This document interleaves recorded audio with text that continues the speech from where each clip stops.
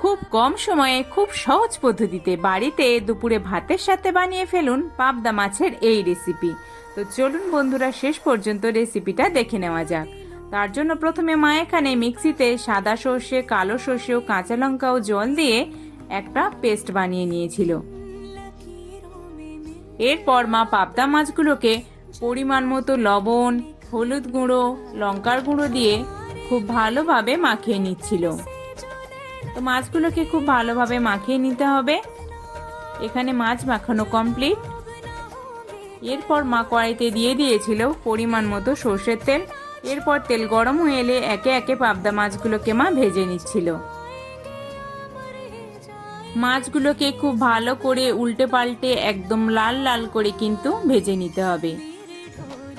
তো এখানে কিন্তু মাছ ভাজা প্রায় হয়ে এসেছে। এবার মাছগুলোকে মা তুলে নিয়েছিল।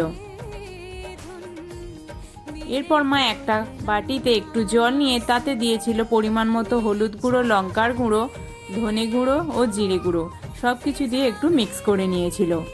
এরপর কড়াইতে ওই তেলের মধ্যেই মা ফোড়নে দিয়েছিল কালো জিরে, এখানে দিয়েছিল টমেটো পেস্ট। এরপরে দিয়ে দিতে হবে মশলা মিক্স করা জলটা। সব কিছুকে দিয়ে বেশ খানিকক্ষণ কিন্তু নাড়াচাড়া করে নিতে হবে। এরপরে দিয়ে দিতে হবে পরিমাণ মতো লবণ।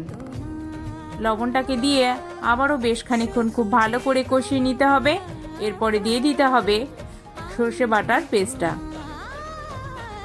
দিয়েও খুব ভালোভাবে খানিকক্ষণ নাড়াচাড়া করে নিতে হবে। এরপরে দিয়ে দিতে হবে একদম অল্প পরিমাণে জল। এরপর ফুটে এলে আগে থেকে ভেজে রাখা পাবদা মাছগুলোকে মা এখানে দিয়ে দিয়েছিল।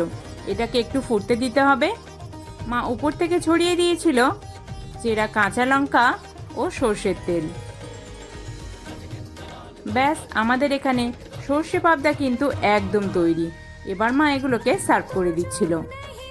তো দুপুরে গরম ভাতের সাথে এই সর্ষে পাবদার রেসিপি কিন্তু জাস্ট জমে যাবে।